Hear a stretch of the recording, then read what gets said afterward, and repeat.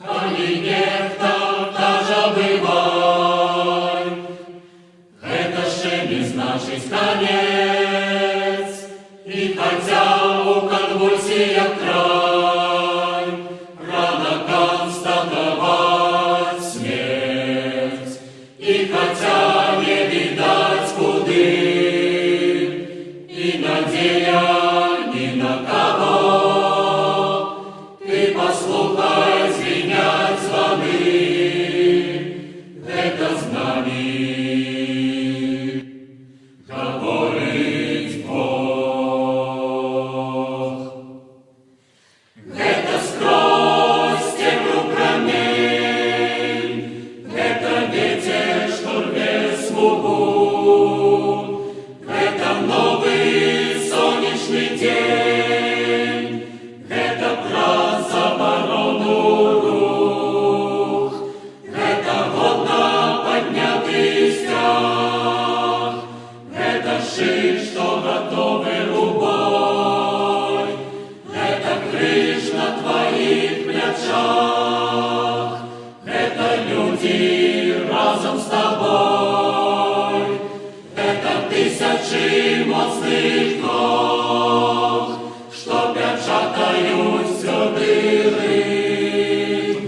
это не язык бегает Бог, это мы, это мы. Ты почуешь звенять звоны, коли здольно почусь душа, голос продка уздалечени, голос, что не задушит в час, голос память этой земли, этих речах, этих лясов, тих народов, что тут жили, ты послухай, мощнее звон.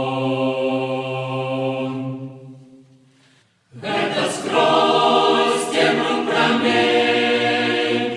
это ветер, что рвет смугу, это новый солнечный день, это про заборону рук, это водно поднятый стяг, это ши, что готовы у бой, это крыш на твоих плечах, это люди разом с тобой, это тысячи моцных ног, что печатают твердый ритм, это не яны бедает